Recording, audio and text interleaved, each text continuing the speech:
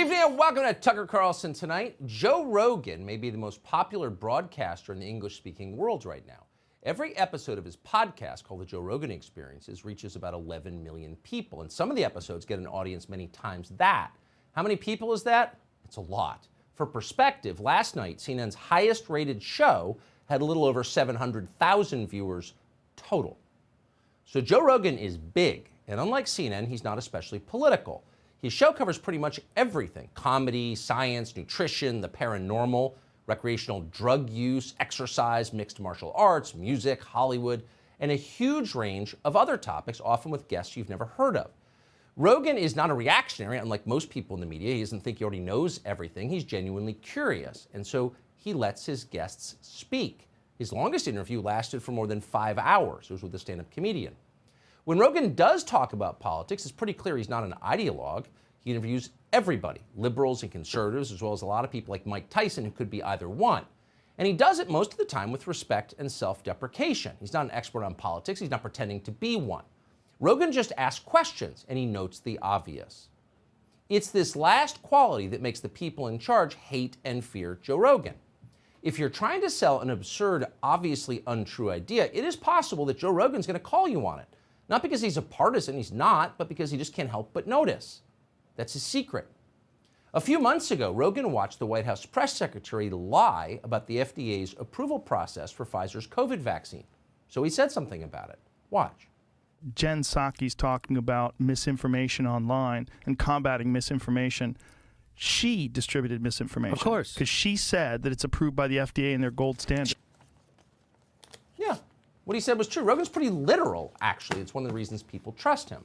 And he was right in this case. Jen Psaki was lying to the country, and it wasn't even an especially clever lie.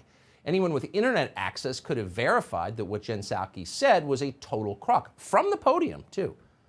But when Joe Rogan points this out, it really stings. A lot of the people listening to him believe him, and the White House took notice. So what happened next? Well, here's Jen Psaki from yesterday calling on Joe Rogan's employer to censor him. Watch. This disclaimer, it's a positive step, but we want every platform to continue doing more to call out mis and disinformation while also uplifting accurate information. But ultimately, our view is it's a good step, it's a positive step, but there's more that can be done. There's more that can be done? Hey, you little fascist, that's a threat. That's exactly what it is. Politicians and their spokes-chicks didn't used to talk this way. They were not allowed to talk this way because the First Amendment explicitly prohibits it. You're not allowed to use government power to shut down broadcasters who criticize you, period. And now that's exactly what they're trying to do. So far, Joe Rogan's employer, Spotify, hasn't caved to the pressure. Rogan still has a job, but the company is bending. It's deleted more than 20,000 COVID-related podcast episodes made by other Spotify hosts. Spotify claims they, quote, cause harm. How exactly can a podcast cause harm?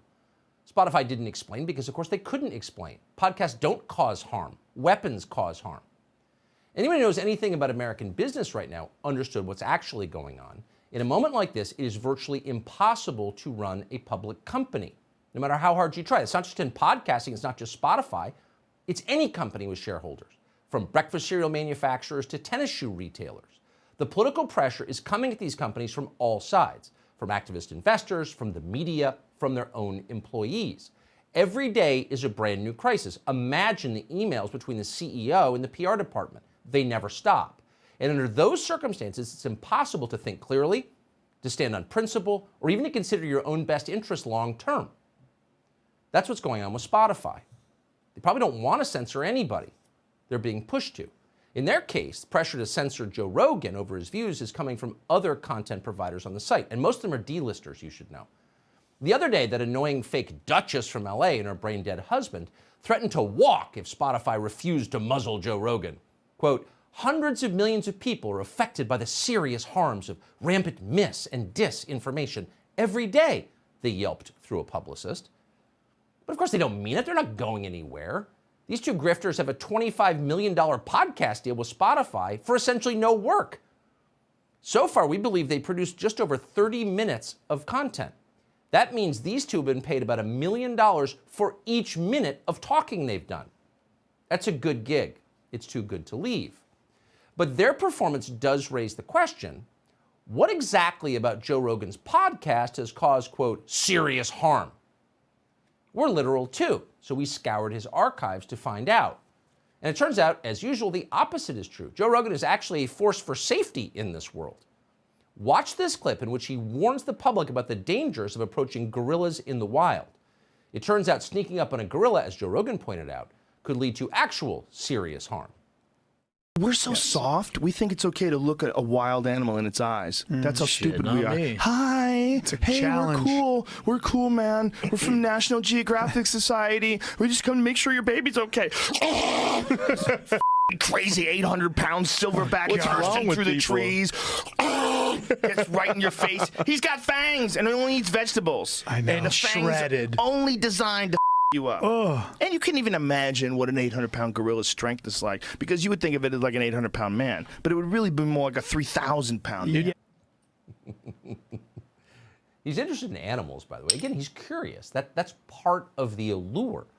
People in the media are paid to be curious, to ask questions, to wonder about other people. None of them do. They just want to lecture you. This guy actually is interested. But no one who's criticizing him seems to know that. Doesn't seem like they've actually listened to his show. Neil Young probably never has. Neil Young is an elderly folk singer from the nation of Canada. Young has already pulled his music from Spotify in protest of Rogan's open-mindedness.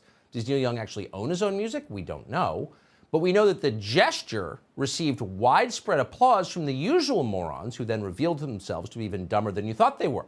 Variety magazine, for example, which still exists, informed us that Neil Young's stand against Joe Rogan makes him, quote, a hero to the younger generations. Right. Because if there's one person kids of today revere, worship like a god, it's 76-year-old Neil Young. They'd take Neil Young over Joe Rogan any day. Because young people everywhere are anxious to side with the Biden administration and demand the firing of any podcaster who interviews people Kamala Harris disagrees with. It's hilarious. They're more out of touch than Neil Young is. But at CNN, they've convinced themselves it's all totally true because Joe Rogan is peddling misinformation. Therefore, he must be stopped. You think about major newsrooms like CNN that have health departments and desks and operations that work hard on verifying information on COVID-19. And then you have talk show stars like Joe Rogan who just wing it, who make it up as they go along. And because figures like Rogan are trusted by people that don't trust real newsrooms, we have a problem that's much bigger than Spotify, much bigger than any single platform. People are trusting Joe Rogan over Unix. Can you imagine? Damn the people. They should be watching CNN. CNN has departments and desks and entire operations designed to verify information and filter out misinformation. And that's why they described ivermectin, which in Joe Rogan's case was prescribed by a human doctor, as, quote, horse dewormer, and did it on like 9 different shows. And those same standards led them to suggest, famously, that a passenger jet must have been sucked into a black hole. What if it was hijacking or terrorism or mechanical failure or pilot error? But what if it was something fully that we don't really understand? A lot of people have been asking about that, about black holes and on and on and on. They're also referencing the Twilight Zone, which has a very similar plot. That's what people are saying. I know it's preposterous, but is it preposterous, you think?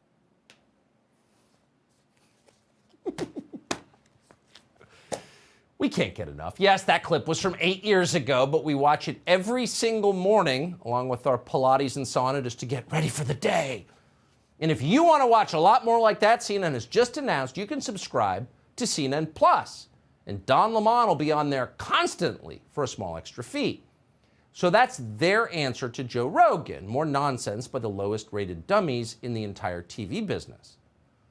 Joe Rogan, meanwhile, consistently turns out interesting, informative programming just by being curious, just by asking obvious questions. That's all it takes.